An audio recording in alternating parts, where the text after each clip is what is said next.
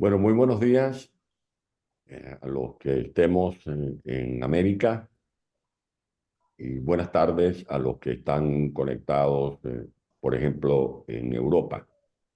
Vamos a comenzar este foro previsto con la interrogante ¿cómo defender nuestro Esequibo? Los invitados a formar parte del debate. Ya va, que se está... Tienes que cerrar el... Ya va. Y lo que tiene que aprender es a escuchar, olvidarse de esas altanerías y esforzarse más de lo que ha hecho hasta ahora. Hay que cerrarlo. Silenciarlos. Ya va, que yo tengo una forma de hacerlo. Cerrar los micrófonos es lo mejor.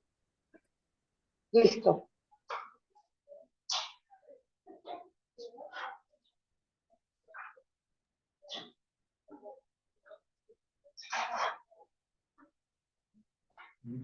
Audio abierto. Sí, sorry, ahora sí. Ahora sí. Los invitados son la doctora María Teresa Romero, internacionalista reconocida nacional e internacionalmente, el doctor Asdrúbal Aguiar, es presidente encargado de la República de Venezuela, es gobernador de Caracas, es ministro de la Secretaría, es ministro de Relaciones Interiores de Venezuela, reconocido especialista en Derecho Constitucional, y el doctor Víctor Rodríguez Cedeño, un experto que vamos a tratar en este programa. El Esequibo es un territorio, el territorio de reclamación de 159.500 kilómetros cuadrados, ubicado al oeste del río Esequibo. Para que nos hagamos una idea del tamaño, de la dimensión, vale la pena hacer los siguientes comentarios. Es 1.5 veces más grande que la isla de Cuba y 3 veces más grande que Costa Rica. En el Esequibo concentra 6 de las 10 regiones que constituyen la República Cooperativa de Guyana y alberga a unos 125.000 de los 800.000 habitantes del país. Este es un tema, por supuesto, de palpitante interés. Por eso hemos querido invitar a 3 especialistas en la materia para que nos hablen al respecto. Vamos a comenzar con el doctor Asdrúbal Aguiar, quien pudiera enterar o replantear ante la audiencia cómo se origina este conflicto. ¿Qué fue lo que ocurrió en París cuando se dicta un laudo en 1899? ¿Por qué desde Venezuela se considera que es nulo de toda nulidad este veredicto? ¿Cuál fue el tránsito que hizo Venezuela desde entonces hasta la firma del Acuerdo de Ginebra en 1966? De ese tema y otros más hablará a partir de este momento el doctor Asdrúbal Aguiar. Bienvenido, doctor Aguiar.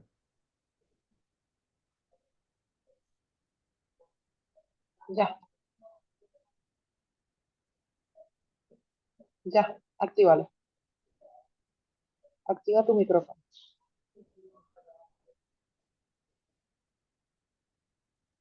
Okay. Muy bien. Bueno, le agradezco enormemente a mi fraterno amigo Antonio Ledesma el invitarme a compartir con ustedes esta sesión del observatorio, ¿no? Son muchas las preguntas que ciertamente me dispara y trataré de abreviarlas para cumplir en lo posible los 6 minutos que se me han concedido, ¿no? Lo primero que debo decir es lo siguiente. Hay una pregunta que nos interpela: ¿cómo defender el Esequibo, ¿no? Yo lo primero que debería decir es, en primer lugar, tener los venezolanos sentido autocrítico, porque ciertamente perdimos momentos estelares a lo largo del siglo XIX para haber llevado este problema a feliz término. Hay que tener ciertamente un claro sentido de la realidad. Es cierto que el territorio Esequibo hace parte de la Capitanía General de Venezuela, tanto como es cierto que en ese territorio perteneciente a España y luego heredado por Venezuela, se ubicaron hacia 1648 una comunidad de holandeses a los que se le asigna como consecuencia de las guerras europeas los poblados de Demerara, Berbice y Esequibo. Y posteriormente, esos caseríos que estaban justamente lindando con el río Esequibo son trasladados a manos de los ingleses, repito, como consecuencia de las guerras ocurridas en Europa. Los ingleses, lógicamente, a partir de su establecimiento en esa zona, fueron moviéndose progresivamente hasta las bocas del Orinoco a lo largo del siglo XIX venezolano, a un punto tal de que incluso situaron la bandera de Gran Bretaña en las bocas del Orinoco. Y en los mapas que hacen elaborar ellos artificialmente en aquella época, planteaban ellos que eran mapas elaborados para tratar de conversar con Venezuela sobre una posible delimitación. Llegaron inclusive hasta Upata, en pleno estado Bolívar. Durante la administración del general Páez, ciertamente se hizo un esfuerzo admirable de negociación con Gran Bretaña al punto tal de que se logra casi una solución mediante la cual, así como los ingleses aspiraban a llegar hasta el Orinoco y nosotros a que se nos devolviese el territorio desde la línea del Esequibo, acordaron justamente trazar una suerte de línea media que venía desde la costa hacia la parte profunda del Esequibo. Lamentablemente, en el momento en que se plantea esto y que el negociador nuestro eleva a conocimiento ya del presidente Zulet esa posible solución, el Consejo de Gobierno de Venezuela no acepta esa posibilidad. No la acepta. Hay una interrupción, hay un micrófono abierto que sí, y no lo acepta en aquel momento. La situación se agrava para nosotros en los tiempos del general Guzmán Blanco y él envía como emisario a Londres al llamado Marqués de Rojas, hermano de Arístides Rojas, quien retoma justamente todos los esfuerzos que había hecho en el periodo del general Páez y del general Sublet, don Alejo Fortique, quien por cierto es el negociador que logra que España reconozca a Venezuela posteriormente a su separación de la Gran Colombia. El Marqués de Rojas le dice, la solución fue la que alcanzó Alejo Fortique. Lamentablemente estaba en ese momento al frente de la Cancillería Antonio Leocadio Guzmán, padre del presidente Guzmán Blanco. Y en primer lugar plantea, esto es muy venezolano, una crisis totalmente insólita al preguntarse y preguntar dentro del mismo Consejo de Gobierno y en el mundo parlamentario que cómo era posible que un negociador como el Marqués de Rojas, siendo un marqués que utilizaba unos títulos que estaban prohibidos por la Constitución, estuviese negociando los límites de Venezuela con Gran Bretaña. El Marqués de Rojas, lógicamente, ante ese planteamiento, se le llamó inclusive traidor a la patria. Lo que hizo fue vengarse de Antonio Leocadio Guzmán, que en aquel momento preparaba un discurso para la celebración del centenario del Libertador, y él lo que hizo fue recordarle en venganza a Antonio Leocadio Guzmán que había sido él uno de los que había proscrito al Libertador porque firmaba un decreto de 1830 en donde justamente se le expulsaba del territorio nacional y se le pedía a Colombia hacer otro tanto. Cuando estamos ya, ubiquémonos hacia los tiempos de Joaquín Crespo, que no hay posible solución al respecto. Guzmán Blanco, que por cierto viaja a Europa como plenipotenciario y que no se ocupa realmente de la materia, tanto que es juzgado por el Congreso venezolano, no quedó otra alternativa que apelar a los Estados Unidos. Era imposible que Venezuela, una pequeña nación, pudiese confrontar con uno de los grandes actores con poder suficiente a nivel mundial como lo era Inglaterra. Estados Unidos asume la causa, crea una comisión de investigaciones consensuada directamente con los venezolanos, en donde se dieron pasos en su totalidad, debo decirlo, autorizados desde Venezuela, y al final se constituye un tribunal arbitral sobre la base del llamado Acuerdo de Washington. Estados Unidos obliga a Gran Bretaña a sentarse en la mesa para buscar una solución arbitral. Bueno, se instala el arbitraje, 2 jueces ingleses, 2 jueces americanos.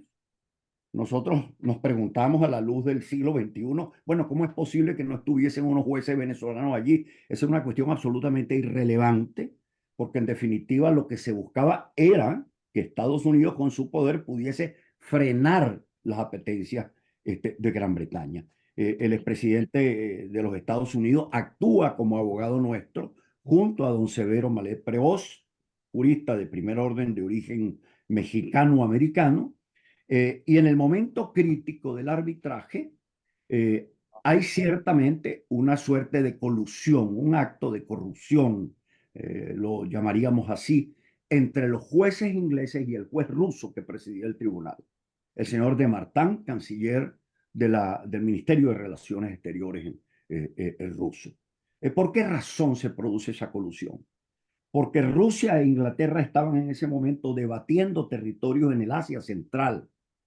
Y ellos llegaron al acuerdo de que, bueno, de que Gran Bretaña le entregase a Rusia parte de esos territorios en el Asia Central, y en contraprestación, Rusia aceptaría, junto con los jueces ingleses, entregarle a Gran Bretaña el territorio de la Guayana Esequiba.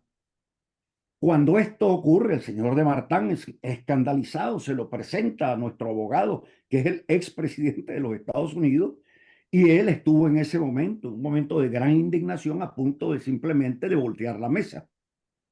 Pero resulta ser que el señor de Martin le dice a los jueces americanos y a nuestro abogado, es que el riesgo es que si ustedes no se suman a la decisión mediante la cual se le entrega el Esequibo a la Gran Bretaña, la decisión que vamos a tomar de mayoría es quitarle también a Venezuela las bocas del Orinoco.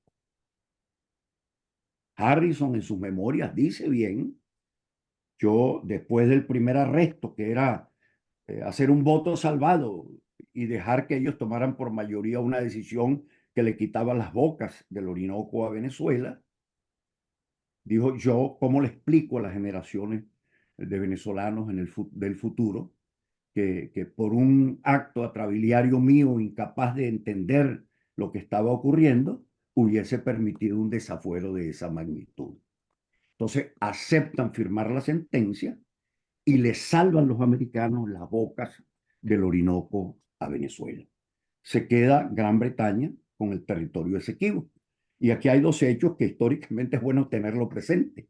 Una vez que ocurre esto, que ocurre la decisión, está ejerciendo el poder el general Andrade, Ignacio Andrade, lo sucede en ese momento Cipriano Castro, que viene a Caracas con el movimiento de los 60, y Cipriano Castro en su primer discurso ante el Congreso dice, hemos perdido, pero hay un problema. El general Andrade dejó una deuda de $400,000 que tiene que solventar con los abogados que actuaron en París y que no la ha pagado, dejando mal el prestigio de la República.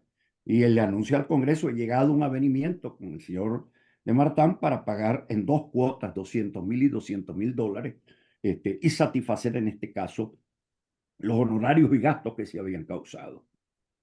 Cuando el general Gómez asume el poder, él le dice al Congreso de Venezuela, hemos perdido el Esequibo.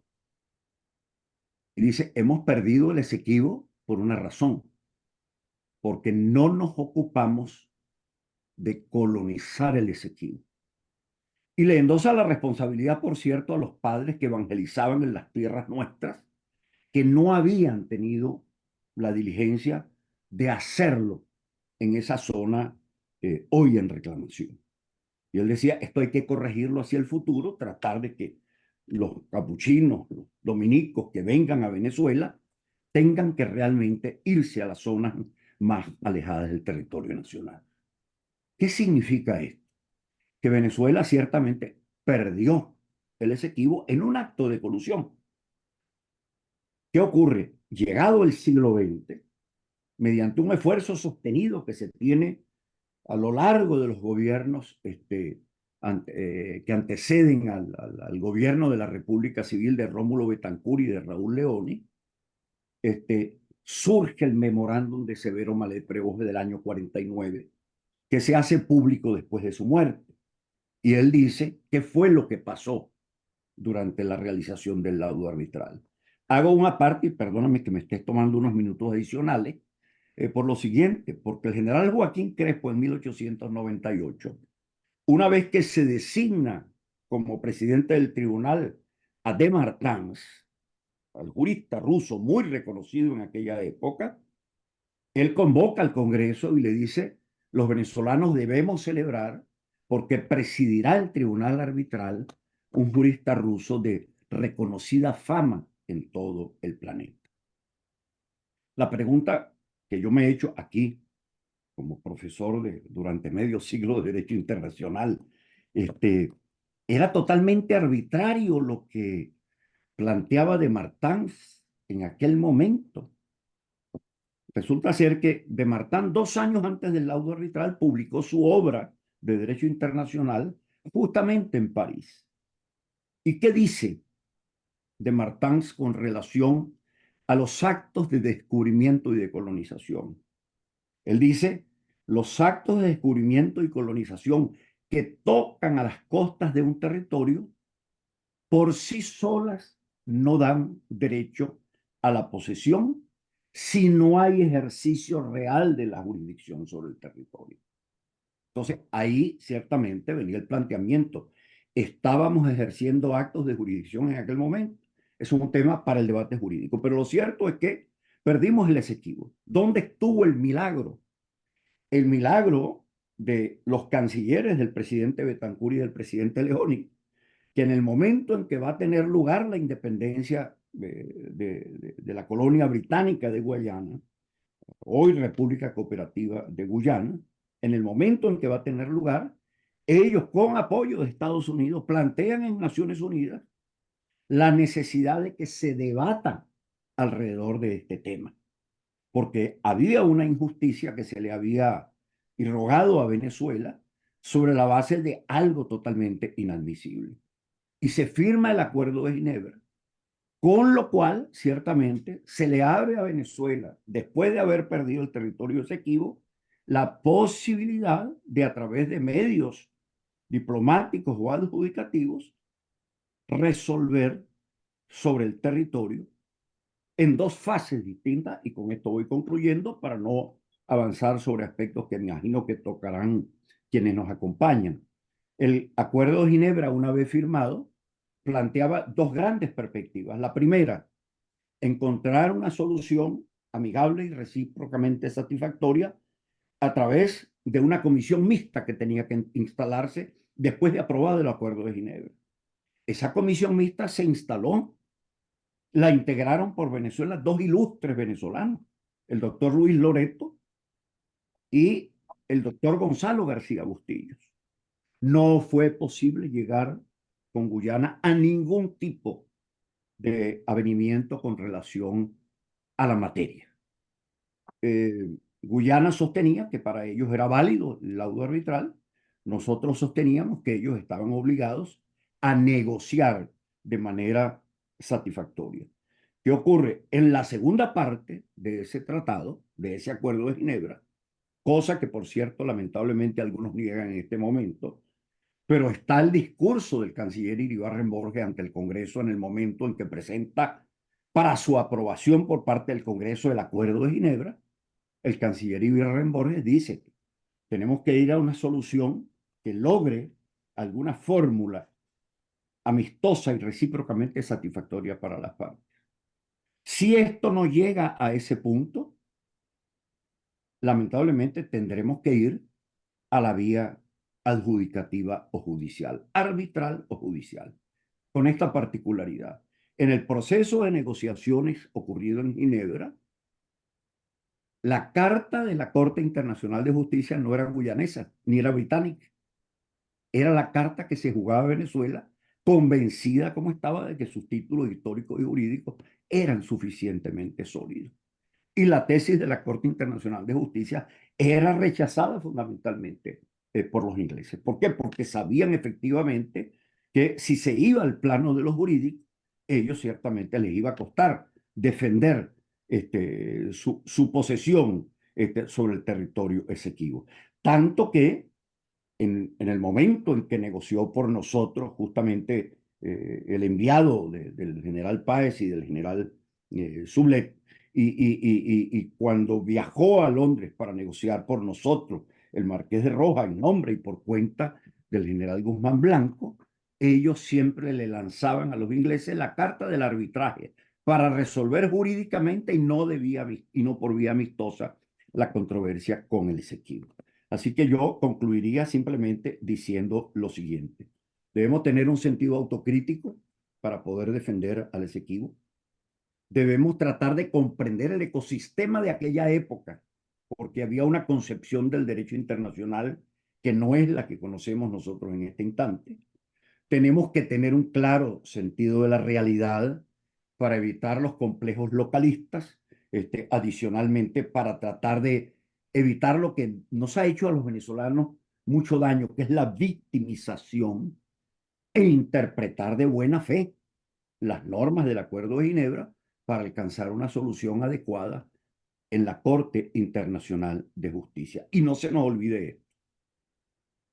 Cuando se separa Venezuela de la Gran Colombia, Lino de Pombo y Santos Michelena negocian los límites venezolanos con Colombia. En ese tratado se le entregaba a Venezuela la totalidad de la zona de La Guajira. ¿Qué pasó? Por nuestra victimización y por nuestro localismo, cuando el tratado llega al Congreso de Venezuela fue rechazado, porque o nos daban todo o no aceptábamos la solución planteada. Nos daban todo, era darnos algo más allá de la propia Guajira. Al final, ¿qué ocurrió? Terminamos en manos de un laudo arbitral y perdimos la Guajira, con lo cual hoy en día justamente nos encontramos en el disparadero de que la pérdida de la Guajira es lo que alimentó el debate sobre la jurisdicción acerca de las aguas dentro del Golfo de Venezuela. Así que yo creo que con esto, a manera de introducción, creo que bastaría. Y muchas gracias, Antonio, de nuevo por tu invitación.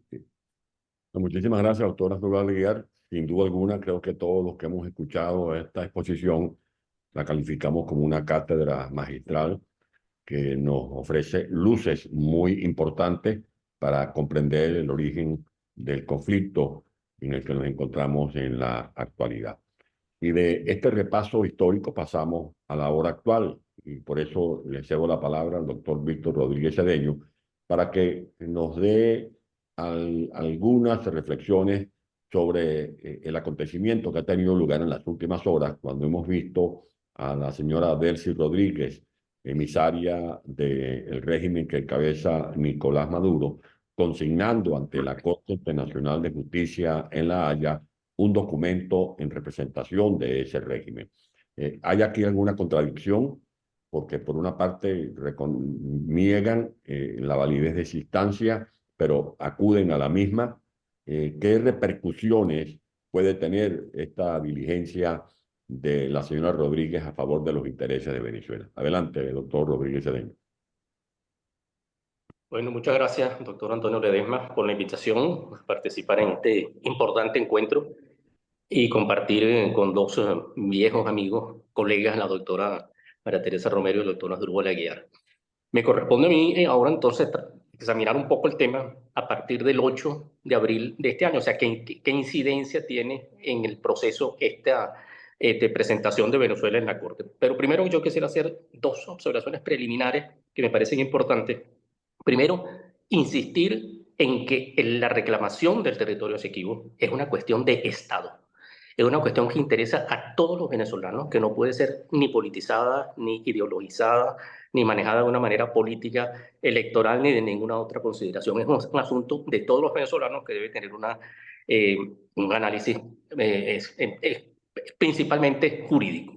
Y en segundo lugar, que es responsabilidad de quienes hoy representan al Estado en la Corte, responsabilidad exclusiva, el manejo del tema y todo lo que el proceso y el desarrollo del proceso y las conclusiones del proceso es una responsabilidad que tenemos que asignarle a quienes hoy están en el poder en Venezuela. Ahora, ¿qué pasó el 8 de abril?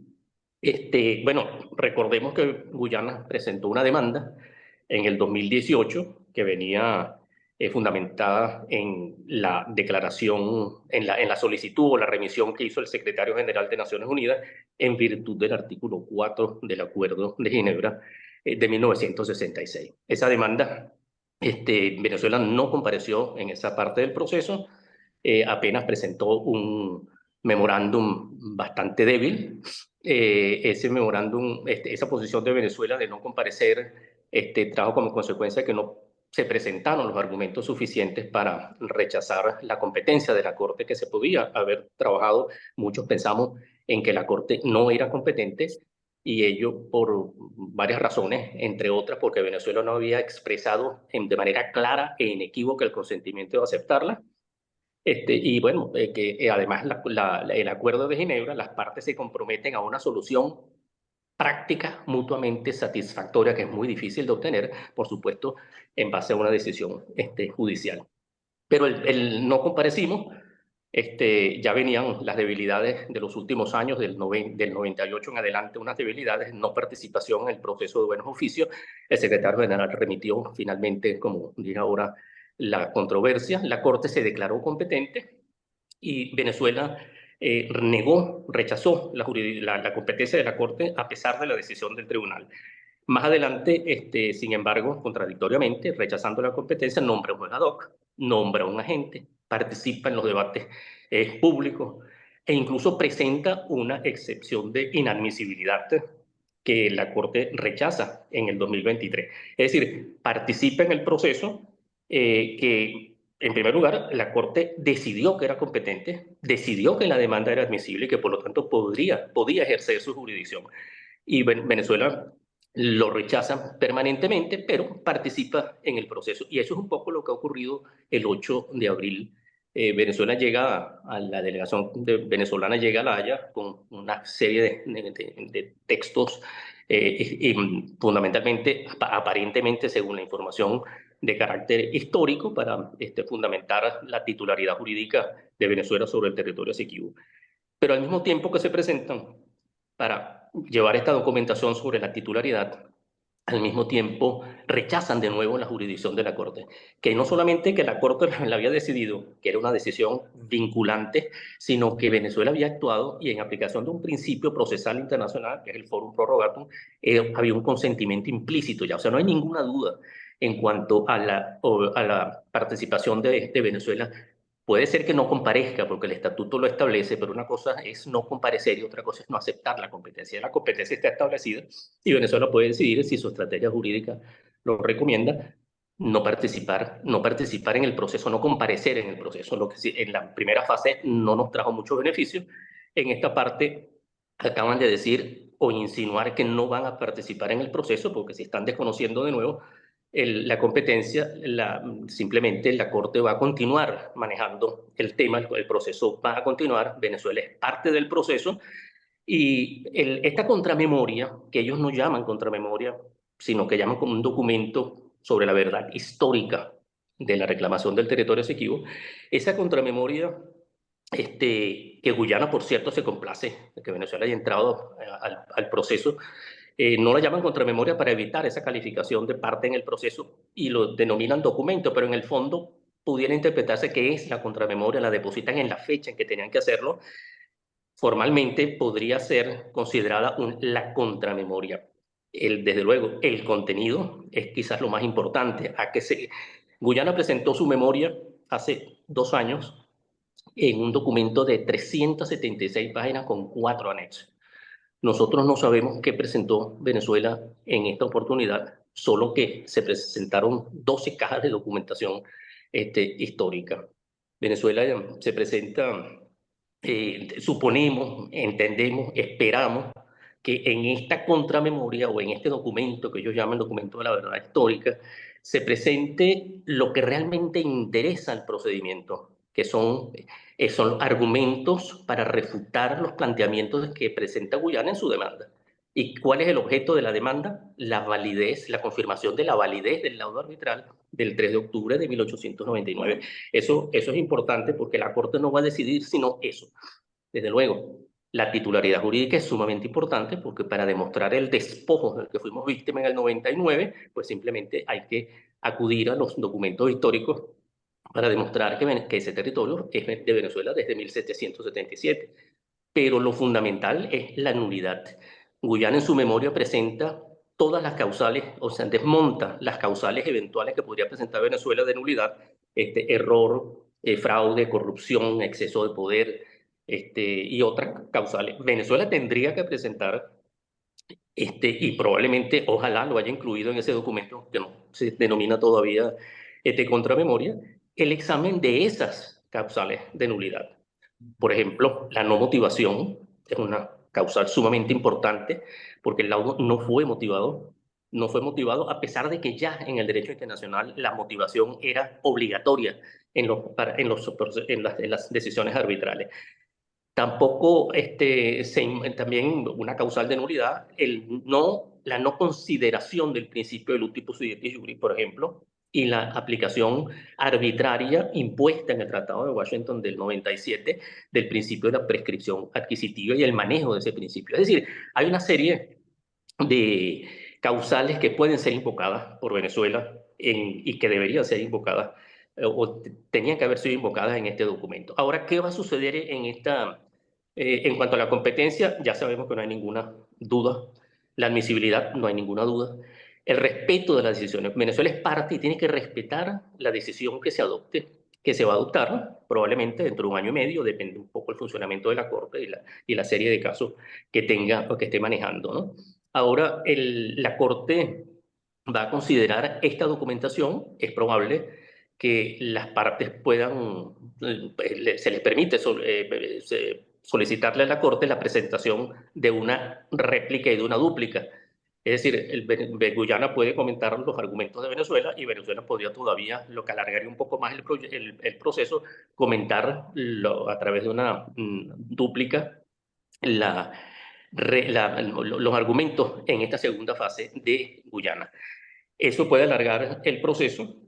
Lo lamentable de lo que ha sucedido el 8 de abril es que la posición de Venezuela ha sido sumamente crítica, no solamente con la Corte Internacional de Justicia, con los magistrados, sino secretario general de Naciones Unidas, las potencias coloniales, las empresas transnacionales. Es decir, una crítica un poco, por supuesto, al gobierno de Guyana, que está comprometido con los intereses coloniales y imperialistas, etcétera, etcétera. O sea, una posición de confrontación absolutamente inconveniente.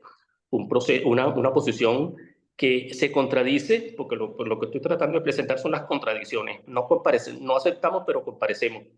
Y entonces, bueno, siempre hay una contradicción en la presentación de la posición venezolana. ¿Qué sucedería ahora en esta fase del proceso? Bueno, vamos a continuar, pero ellos en las contradicciones, en los ataques que hacen, plantean, y el mismo presidente de la República, el señor Maduro, acaba de decir que la única solución que hay aquí es que Guyana se sienta a negociar.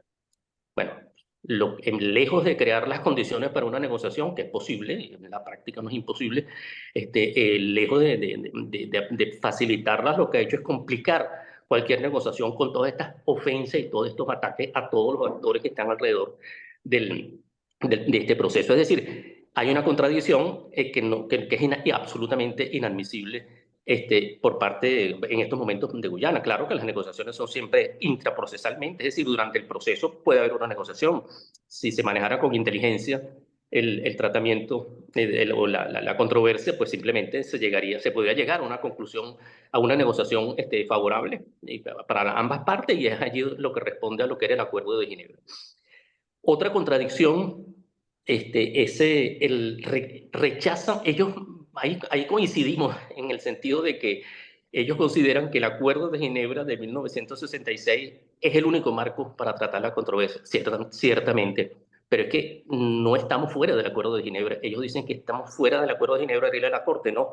Estamos dentro del marco del Acuerdo de Ginebra, porque la aplicación del Acuerdo de Ginebra, el artículo 4 en particular, nos ha llevado a cuando el secretario general escoge el medio del arreglo judicial, que es la revisión al artículo 33 según el artículo 4, allí estamos entonces en la Corte Internacional de Justicia. De manera que hay muchas contradicciones, muchas debilidades en la posición. Esperemos simplemente que esta contramemoria haya sido lo suficientemente examinada, fuerte, con fundamentos sólidos, y referido fundamentalmente a la nulidad.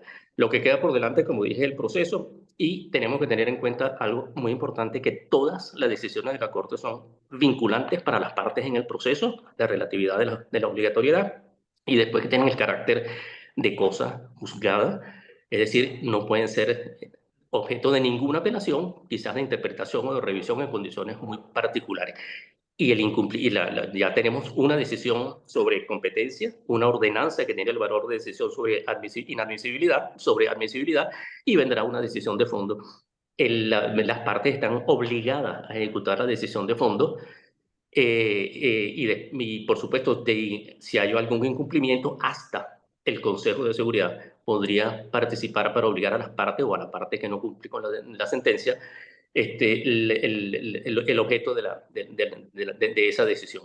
De manera que es una situación complicada, no sabemos exactamente qué contiene porque ha habido esa opacidad permanente, ese misterio, la falta de consulta en los sectores académicos en Venezuela por parte del gobierno venezolano.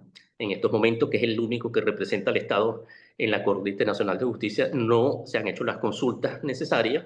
Tienen un equipo de abogados, muchos muy reconocidos y de prestigio, pero eso no es suficiente, porque los abogados hacen el trabajo que el Estado considera que son los que deben hacer con base en la estrategia jurídica que ellos establecen. Es decir, el Estado establece la estrategia jurídica procesal y de fondo, y los abogados desarrollan.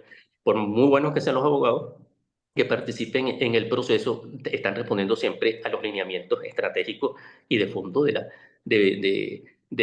Estado demandado en este caso, que es Venezuela. De manera que la situación que estamos en este momento, para concluir esta primera parte, es importante para nosotros. Habrá que esperar el desarrollo que la Corte considere, si no hay ninguna otra incidencia en el camino de réplicas y dúplicas. Se llegará en algún momento a la deliberación de la Corte.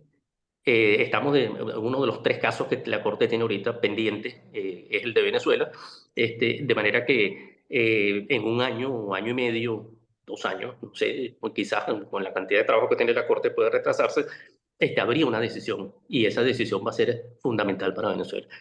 Hablaba de negociación antes, y con esto concluyo, de negociación intraprocesal, pero se han planteado también en algunos casos las negociaciones posteriores a la decisión. Hay un caso en este momento en donde 2 estados partes en una controversia justamente marítima, de fronteras marítimas, están negociando la aplicación de la convención, lo que es siempre importante. De manera que, bueno, estamos en esa etapa del proceso, y hay que seguirlo con mucho detenimiento. Muchísimas gracias, doctor Ledesma. Bueno, muchísimas gracias, doctor Rodríguez Cedeño. Creo que tenemos una interferencia. Resumió de manera magistral el doctor Aguiar. Ahora, en la realidad actual, que es este proceso que tiene curso en la Corte Internacional de Justicia, ahora entramos en la repercusión geopolítica de este debate, cuyo análisis estará a cargo de la doctora María Teresa Romero. ¿Qué implicaciones tiene este conflicto a nivel internacional? ¿Cuál es el papel que cumplen Gran Bretaña, que tiene, por supuesto, un vínculo histórico con la Guyana, qué intereses gravitan en las empresas transnacionales relacionadas con los gobiernos de Estados Unidos, de, eh, de China, de Rusia, de Irán, qué papel cumple, qué intereses tiene el régimen de Cuba, el gobierno de Brasil. Este será un análisis de interés para todos por parte de la doctora María Teresa Romero. Muchas gracias, Antonio. Es un honor de verdad estar aquí con ustedes, con mis dos grandes juristas, brillantes juristas y queridísimos amigos, Víctor y nuestro querido Asdrúbal Aguiar. Bueno, sí, ciertamente yo voy a ir a un análisis más político y diplomático, ¿no? Y ver un poco el escenario geopolítico regional e internacional. Antes de hablar, que lo dejo para el final, a esa importantísima pregunta que hiciste de título, que fue cómo entender o cómo defender nuestro Esequibo, ¿no? Es todo un reto en todo lo que hemos visto en el resumen histórico y en la problemática jurídica, ¿no?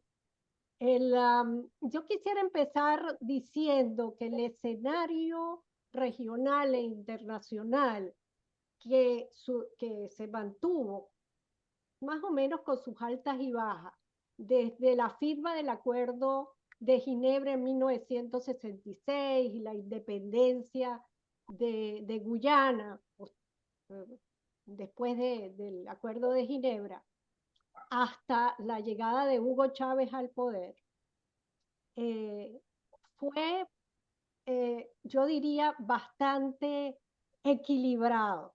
Y Venezuela, con todos los errores que pudo obtener en esa negociación, tuvo profesionales que estaban sobre el caso y la posición de Venezuela fue respetada.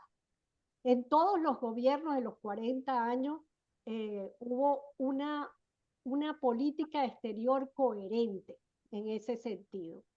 Y cada vez que Guyana pues tenía un reclamo o intentaba entrar en el territorio Esequiba, inmediatamente Venezuela actuaba.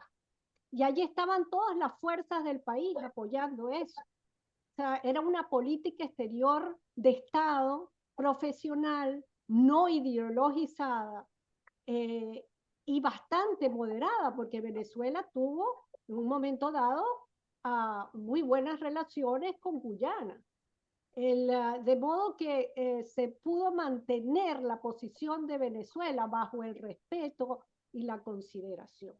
Eso cambió en 1999 con la llegada de Hugo Chávez, con todas las contradicciones que se dieron en ese momento.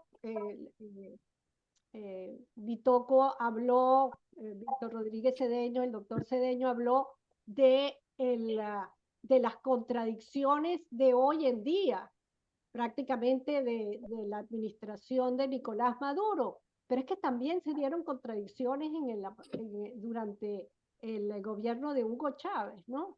Él en su campaña fue furibundamente crítico de Guyana y dijo que iba a defender el Esequibo, y después cambió. Muchos dicen que eso tuvo que ver mucho la relación que empezó con Fidel Castro, y recordemos que Cuba y Fidel Castro, desde la independencia de Guyana, tuvieron muy buenas relaciones, y que tanto Guyana como Cuba en el CARICOM pues tenían la posición de defender a Guyana, y que eso se mantuvo, pero había respeto para la negociación directa entre Venezuela y Guyana.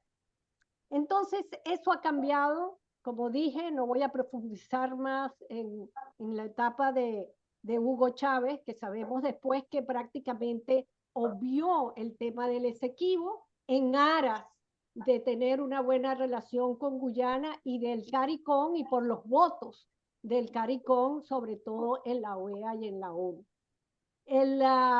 Hace 5 años atrás se acelera esa forma de tener una política agresiva, confrontacional, ideologizada y por supuesto hacia Guyana también.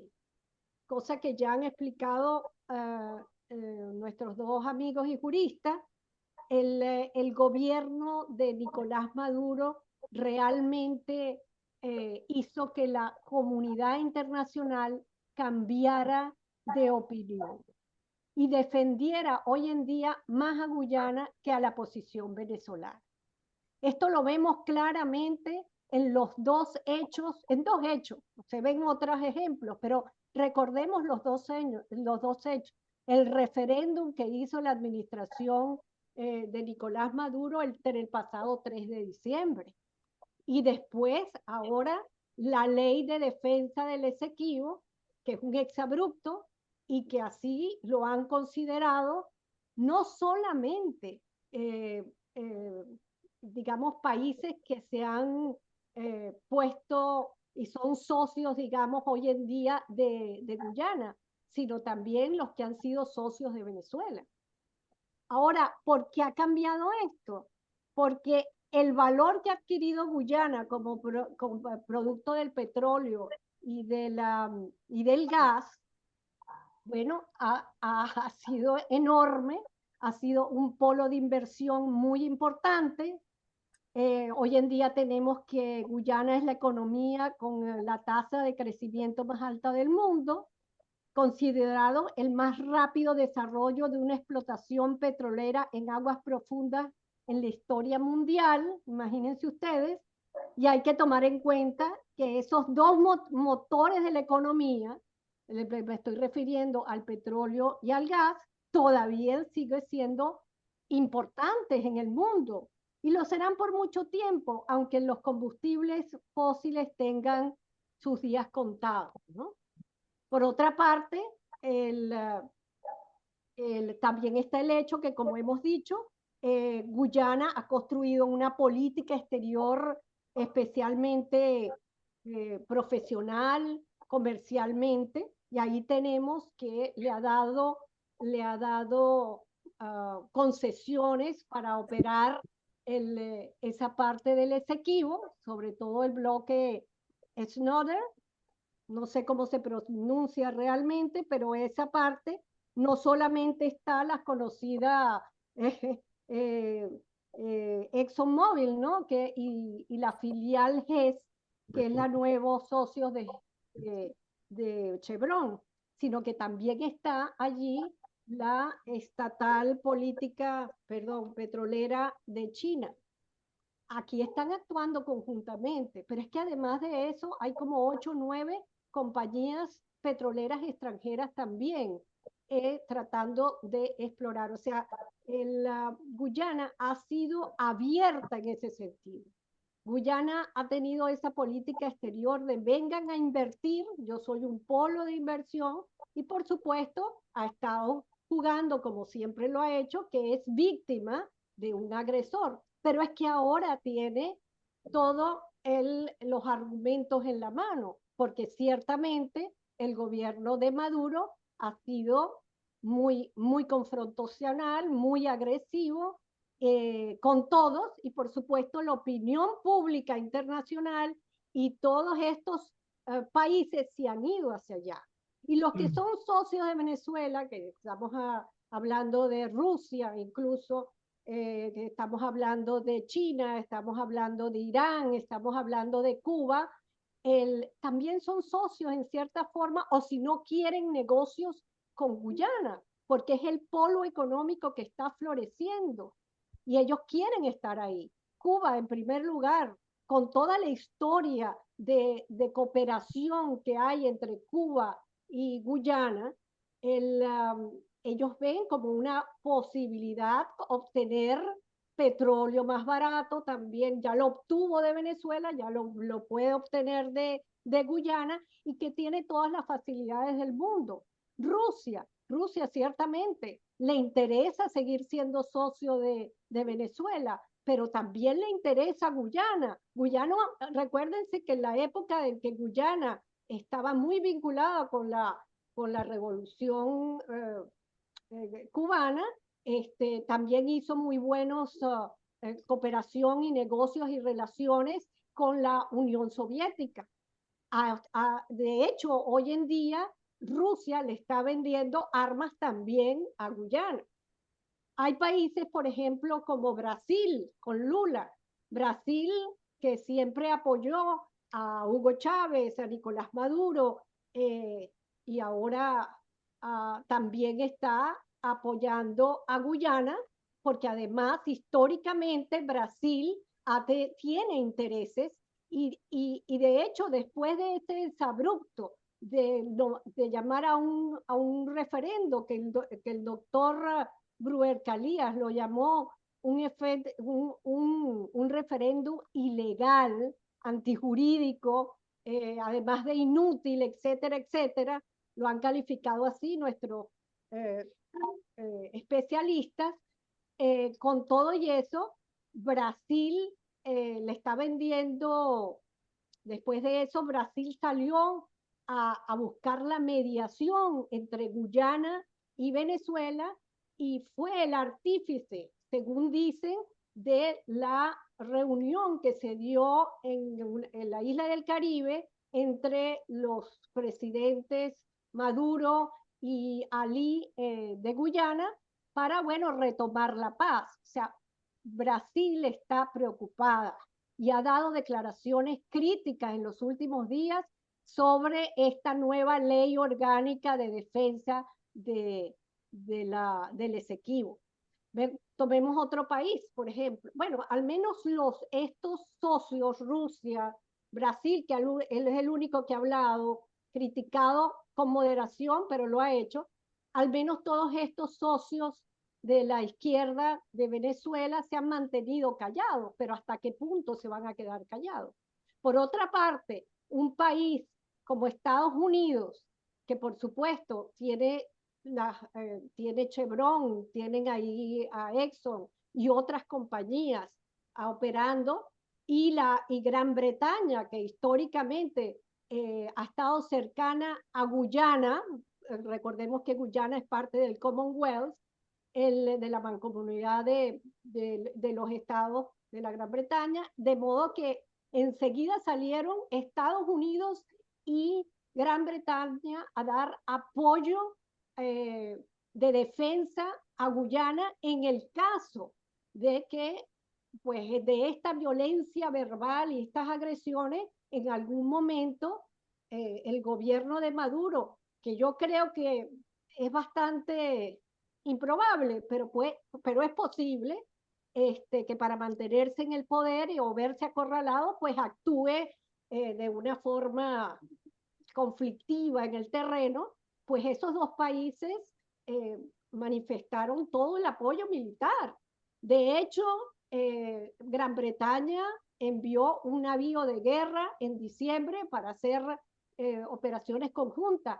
Vimos también que hasta Brasil, ahorita, la semana pasada, o creo que en estos últimos días, hubo una reunión en Guyana donde firmaron unos acuerdos también militares y de defensa.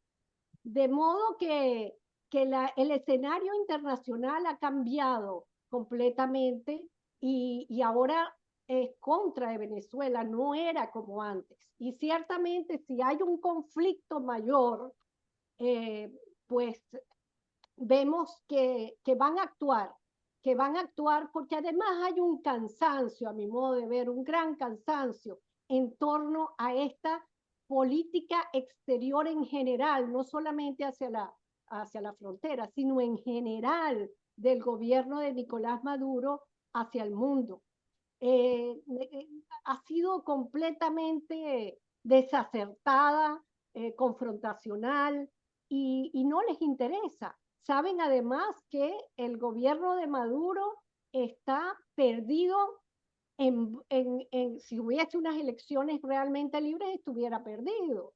Que hay que la oposición venezolana ha logrado con la líder María Corina Machado, pues tener un norte mucho más claro que el de antes, y que si es posible unas elecciones libres, muchos de ellos también han pedido esas elecciones libres, entre ellos Petro, que también se ha mantenido callado, pero que debe estar también buscando su momentum, su oportunidad con Guyana. Europa ni se diga. Europa, que no tiene el petróleo de Rusia, con la guerra de Putin en Ucrania, también han ido en conversaciones y ya le están comprando, España incluso, una buena cantidad de petróleo a Guyana. La producción de petróleo, que lo tengo por aquí, que es importante es tener en cuenta esta cifra, ¿no? El petróleo llegó este año a 500.000 barriles, pero la producción apunta a superar los 600.000 barriles a finales de este año. Y al llegar al 2027 se considera que podría alcanzar 1,2 millones de barriles de petróleo en producción. Entonces, con esa cifra, ya para terminar, siendo el gobierno de Guyana mucho más moderado, confiable para la inversión, sin crear tantos problemas como los ha creado Nicolás Maduro, creo que le va a favorecer el clima, el escenario geopolítico regional e internacional. Y claro, con todo lo que nos dijo el doctor Rodríguez Cedeño, lo que nos dijo el doctor Aguiar en relación a cómo se ha comportado Venezuela, sobre todo en los últimos tiempos, que no sabemos qué han llevado allí a La Haya, cómo se está defendiendo. Bueno, es posible también, y creo que deberíamos estar preparados para ello, que la Corte en un momento dado, en 1 año, 2 años, pues tenga una decisión adversa a nuestra posición. ¿Y lo que podemos hacer nosotros? Nosotros como venezolanos tenemos que estar muy claros en todo lo que está pasando. El no tomar posiciones, digamos, no bien analizadas, no bien comprendidas, de la historia que ha contado el doctor Aguiar es muy importante. Nosotros sabemos que desde un momento dado, lamentablemente, bueno, tuvimos, mejor dicho, oportunidades para gozar, es decir, para sacar mayor provecho. Durante el Acuerdo de Ginebra, cuando estaba vivo, el Acuerdo de Ginebra, bueno, por lo menos esa parte del Acuerdo de Ginebra, cuando negociaciones directas, porque el Acuerdo de Ginebra sigue vigente, bueno, nosotros hemos podido negociar con Guyana y hubo, según se dice, algunas tentativas para ello, de negociar y dar una parte y ponernos de acuerdo, pero cuando uno quiere todo y no la parte, como bien decía Asdrúbal Aguiar, pues pasan esas cosas. Nosotros tenemos que estar claros en decir qué es lo que está pasando y en tener una posición común con nuestros líderes de oposición para hablar claramente de lo que está sucediendo. Muchas gracias. Muchísimas gracias. Bueno, quedan 15 minutos exactamente. Aquí hay algunas conclusiones importantes antes de pasar a la última ronda de preguntas y respuestas. Primero, lamentable los errores cometidos históricamente, como lo planteaba el doctor Adolfo Aguiar, que nos imponen un proceso de autocrítica, porque esa es la mejor vía para la rectificación y poder articular una estrategia conforme a la cual nosotros defendamos los derechos que los tenemos para recuperar y hacer valer la titularidad de Venezuela sobre esta zona en reclamación. En segundo lugar, un planteamiento que puso en alto relieve el doctor Rodríguez Cedeño en el sentido de la necesidad de despolitizar esta tarea. Aquí hay que acudir, como lo asomó el doctor Aguiar en su relato histórico, a las experiencias que le dieron buenos resultados a la política exterior de Venezuela. Por ejemplo, el papel que jugó la CARE, la Comisión Asesora en Política Exterior.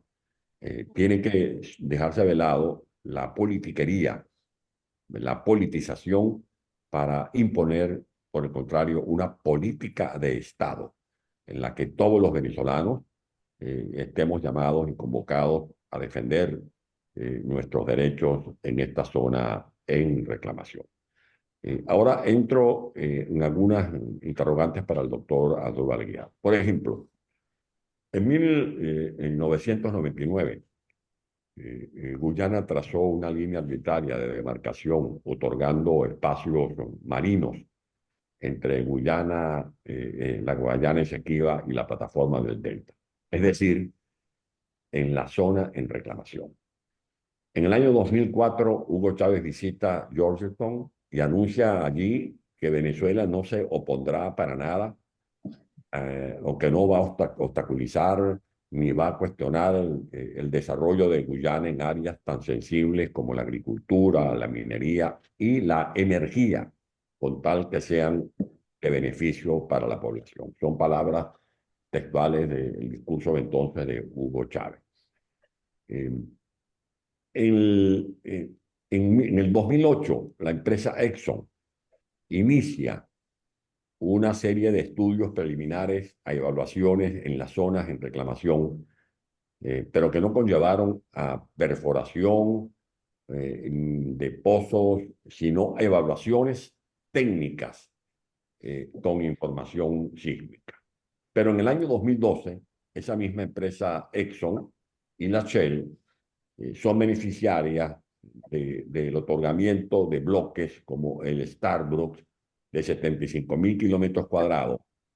También en el 2012 se otorgó el bloque Roraima a una empresa americana llamada Nadarco de 13.000 kilómetros cuadrados y el bloque Boquerón a una empresa canadiense, pero creo que después esa empresa canadiense renunció a ese beneficio. En el 2013, Nicolás Maduro visita Guyana y hace una serie de concesiones que ponen en entredicho la misma titularidad de Venezuela o la defensa certera de nuestros intereses. Y la Exxon, que es una de las empresas que más trabajo está haciendo en Guyana, se dice que ha descubierto hasta ahora en el bloque Starbucks más de 11 billones de barriles de petróleo. La pregunta para el doctor Aguiar es, según lo que hemos recogido de todas las personas que están participando hasta este momento, decenas de personas de varias partes del mundo, de Venezuela, de Colombia, de Chile, de Perú, de Uruguay, de Paraguay, de Argentina, de Ecuador, de Estados Unidos, de Bélgica, de España, que están conectadas, es ¿qué hace Venezuela? ¿Qué puede hacer Venezuela cuando en este momento se están haciendo ese tipo de operaciones, de exploraciones, de explotaciones en zonas en reclamación?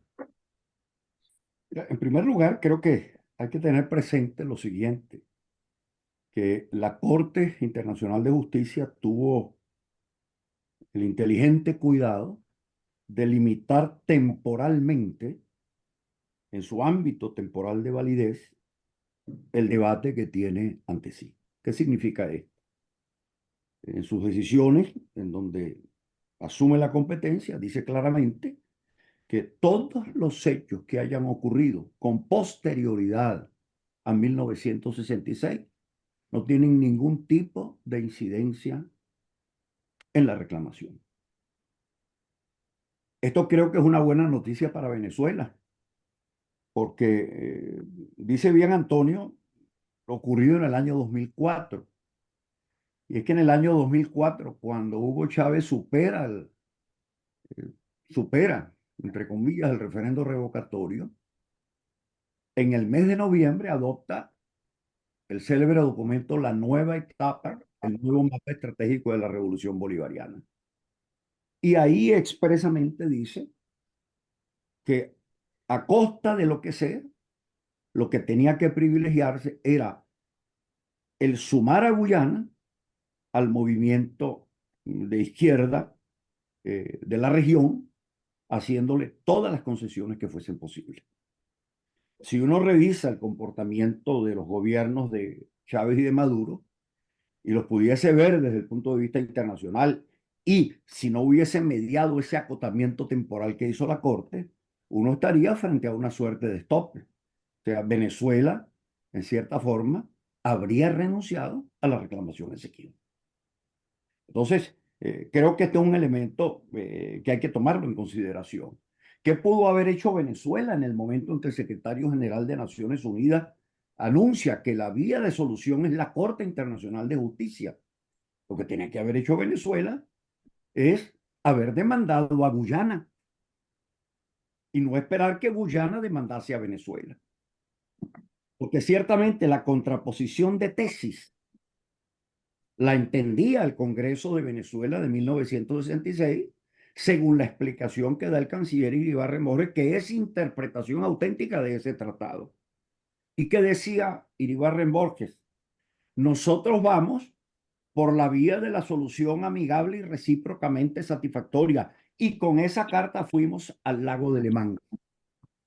Obviamente, como quien reclama es Venezuela, para Venezuela la premisa es que el laudo es nulo. Pero lo dice el propio Iribarren. Pero no le podemos pedir a Guyana que diga que el laudo es nulo, cuando en el fondo Guyana está defendiendo lo que ella considera que es soberano. Si en ese momento Guyana se le hubiese ocurrido plantear alguna reclamación, pensemos hipotéticamente que el territorio Esequibo tenía que llegar hasta las bocas del Orinoco, en ese momento Guyana hubiese aceptado la tesis de la nulidad del laudo arbitral de 1899. Y por eso es que él pragmáticamente dice, estamos en una suerte de momento muy complejo. La posición de Venezuela, que busca la solución satisfactoria mediante la aceptación de la nulidad, y el de Guyana, que es una tesis absolutamente aceptable, que es el tema de no aceptar la nulidad para no perder lo que ya tiene conforme al laudo. Ahora, en esas circunstancias se han invertido los papeles, porque ahora es Guyana la que toma la vía de la Corte Internacional de Justicia, que era la tesis originaria de Venezuela en el momento en que negocia el Acuerdo de Ginebra. Y lo dice claramente en su exposición de motivos Iribarren Borges. Y por eso yo insisto, yo entiendo que, por ejemplo, desde el punto de vista diplomático, cuando Venezuela parte de esa aspiración, todas nuestras cancillerías hubiesen repetido, como lo hicieron a lo largo de la democracia, que nuestro propósito era alcanzar una solución práctica y recíprocamente satisfactoria. Pero sabíamos en el fondo que eso no era un dogma de fe, que eso tenía un límite. Segundo, cuando se produce el llamado al secretario general de la OEA, ¿en qué momento tiene lugar? ¿Quién le hace el llamado al secretario general de la OEA? Se lo hace Venezuela bajo la cancillería de José Alberto Zambrano Velasco. ¿Por qué razón? Porque se había vencido el protocolo de Puerto España y habiéndose realizado mediante esa congelación para que el tema no pasase al plano internacional, una negociación satisfactoria y práctica, buscando esa negociación, casi que la logra Venezuela, pero cambia el signo político en Guyana y se cae la negociación que hizo posible el protocolo de Puerto España. ¿Qué hizo el canciller? Acto seguido, fue a casa del secretario general de Naciones Unidas y le dijo, mire, en el año 66, cuando estaba el señor Utant, nosotros le comunicamos que en caso de que se trancase el juego, la cuestión quedaba en sus manos. Y fue inmediatamente y le pidió, adopte el medio que usted considera pertinente. Y resulta que el secretario general decidió que unilateralmente lo iba a hacer, así Guyana no respondiese. Lo que pasa que en ese momento Guyana estaba Burhan de primer ministro, dándose cuenta de que iba a quedar mal desde el punto de vista internacional, respondió la carta muy grosera el día anterior al momento del anuncio de la rueda de prensa, en donde el secretario general designaría un buen oficiante para resolver la cosa con Venezuela. Bueno, se hizo al final, y el secretario general dijo, mire, hemos estado en buenos oficios durante tanto tiempo y no hay destino. Hay que ir a la Corte Internacional de Justicia. Ahí tenía que haber Venezuela demandado a Guyana en esa circunstancia. ¿Y qué es lo que le corresponde a Venezuela? Lo dijo bien Víctor, mi querido Bitoco, compañeros de estudio. Lo que le corresponde es debatir lo que está planteado en la Corte en este momento. ¿Es nulo o no es nulo el laudo arbitral de 1899? Yo quisiera saber si esa suerte de contramemoria, entre comillas, que presenta Venezuela, abordó esos temas. O sea, ¿cuáles son los argumentos que hacen posible que ese laudo arbitral sea declarado nulo? Porque la Corte también lo dijo. Resuelto el tema de la nulidad o no del laudo arbitral, eventualmente podríamos pasar a una segunda fase. ¿Cuál? La de la delimitación de las áreas marinas. Concluyo con el tema de Brasil, porque esto desde el punto de vista histórico también tiene una significación enorme. Brasil siempre estuvo tentado por penetrar a Guyana para encontrar la salida norte a su territorio. Y en 1980, exactamente, en 1980, estaba yo en ese momento en Cancillería, en 1980 estaba Brasil negociando con Guyana la construcción de la presa del Alto Mazaruni, que se le había entregado a la empresa Camargo Correa. Y Venezuela se movió con el Banco Mundial para impedir que los recursos pudiesen fluir hasta allí, porque ciertamente los intereses geopolíticos de Brasil eran totalmente distintos a los de Venezuela. Yo concluyo con un dato que para mí es doloroso y lamentable, porque es hacer el sentido autocrítico para ir a la defensa. Cuando concluye nuestra separación de la Gran Colombia, el gran edecán del padre de la patria, Daniel Oliari, pasa a ser cónsul de Gran Bretaña en Caracas, estando de presidente el general Páez. Ese documento lo consiguió, por cierto, Pedro José Lara Peña, en donde Oliari se dirige al gobernador del Demerara, de Berbice y Esquivo, que era el gobernador británico, para que le dijese a la corona que se moviese con rapidez, porque si no lograba Inglaterra controlar las bocas del Orinoco, no iba a tener peso alguno sobre América Latina.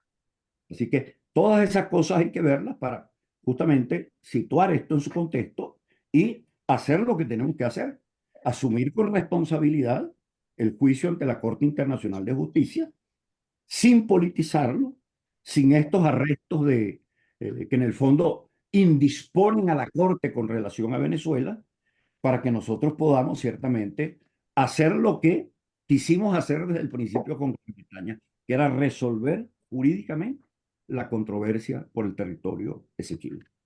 Muchas gracias, Antonio. Sí. Muchísimas gracias, doctora Aguiar, de verdad magistral de nuevo. Creo que por los mensajes que estamos revisando en la sala técnica de Hogar, los comentarios son altamente satisfactorios, la gente está muy complacida de los temas abordados, las respuestas, las reflexiones de todos ustedes. Vamos con la pregunta que estamos recibiendo para el doctor Rodríguez Cedeño. Dicen personas conectadas que representan el Frente Amplio Venezuela Libre de Monagas, asistido por el doctor Ramírez López. ¿Qué opina usted del recurso que introdujo este frente ante la Corte Internacional de Justicia, el recurso Amicus Curiae, el pasado 8 de abril? Gracias, Antonio. Lamentablemente no sé por qué no tengo cámara, está inhabilitada la cámara, pero bueno, hablo, el sonido es lo más importante. En la Corte Internacional de Justicia, distintamente a otras cortes como la Corte Interamericana, no existe la figura del amicus curiae. Es decir, no, ahí solamente participan los estados y los representantes de los estados, que son los agentes. De manera que es claro que cualquier persona, cualquier entidad, cualquier organización no gubernamental puede elaborar algún documento y remitirlo a la Corte, pero no serán documentos oficiales, sino documentos que la Corte puede o no considerar, porque significaría un documento más, digamos, una información más. Por ejemplo, y esto es importante, en el caso de la no comparecencia, la Corte tiene que asegurarse que los fundamentos de Guyana, en este caso, son suficientes para poder tomar una decisión. Si Venezuela no remite la información, no presenta los argumentos, los alegatos relacionados con la memoria de Guyana, pues simplemente la Corte tiene que actuar de oficio y hacer todas las investigaciones que deba hacer para poder encontrar los elementos jurídicos que supuestamente hubiera presentado Venezuela. La no comparecencia es importante considerarlo, es una figura que está establecida en el estatuto, en el artículo 53. La Corte tiene que asegurarse siempre de eso, pero cuando el Estado no comparece, si es que ahora no lo van a hacer y si esa memoria no tiene referencia a las causales de nulidad, por ejemplo, cualquier organización no gubernamental, cualquier grupo de expertos, cualquier academia puede enviar lo que se llamaría una especie de libro blanco o un documento en la sombra, digamos, que ya lo hicimos en la primera parte, en la parte preliminar. Elaboramos algunos documentos importantes con base en seminarios que hicimos con algunas universidades. Se hizo una recopilación, la Editorial Jurídica de Venezuela preparó una documentación, se le envió a la Corte, llegó a la Corte, no fue considerado evidentemente como documentos oficiales, pero sí fueron recibidos por los magistrados a quienes se les envió. De manera que cualquier información que se pueda hacer, que se pueda enviar, perdón, transmitir a la Corte es válida, pero siempre oficiosamente, porque no tienen ninguna participación los individuos o las personas, sino el Estado y los representantes del Estado. Muchas gracias, doctor Rodríguez Cedeño. ¿Podría activar usted mismo la cámara? Me dice la sala técnica. En todo caso, se ha captado muy bien el audio. Ya No, para me sigue pareciendo que estoy inhabilitado. Pero bueno, bueno, no importa. pequeño No se duende. pierde mucho. Bueno, cerramos con la intervención de la doctora Romero. Y preguntas qué peso tiene y qué rol cumple el CARICOM en este debate, en este conflicto, cuál es el papel histórico que ha tenido Brasil. Adelante, doctora María Teresa Romero. Bueno, el CARICOM ha sido esencial, sin lugar a dudas. Desde la independencia de Guyana, Guyana empezó a tener excepcionales relaciones con todos los países del Caribe. Y el Caribe siempre ha apoyado a Guyana. Por eso, en parte, Fidel Castro le argumentaría, me imagino, a Hugo Chávez, que era bueno no meterse con el Caribe, sino aprovechar el Caribe y entender la posición de Guyana, ¿no? Todo el Caribe siempre ha sido realmente de mucho apoyo a Guyana. Y en esta oportunidad ha dado unas declaraciones muy fuertes. Estaba tratando de buscarlas en esta especie de resumen que hice, ¿no? Porque son tantas las cosas. Podría decir que quiero conseguir exactamente lo que dijeron, porque fue muy duro. Aquí está, después de la ley de defensa a la Guayana Esequiba, el CARICOM y la OEA también tacharon de ilegal e ilegítimo el referendo sobre el Esequibo convocado por Maduro, ¿no? La OEA y las declaraciones también de su secretario Luis Almagro fueron muy fuertes. Yo, en lo personal, no había visto declaraciones tan fuertes como las que ha habido últimamente, ¿no? De modo que históricamente ya lo dijo sobre Brasil, ya lo dijo el profesor Aguiar, hay una relación histórica, hay unos intereses históricos, y según dicen, Brasil ha estado muy molesto. Estos son, digamos,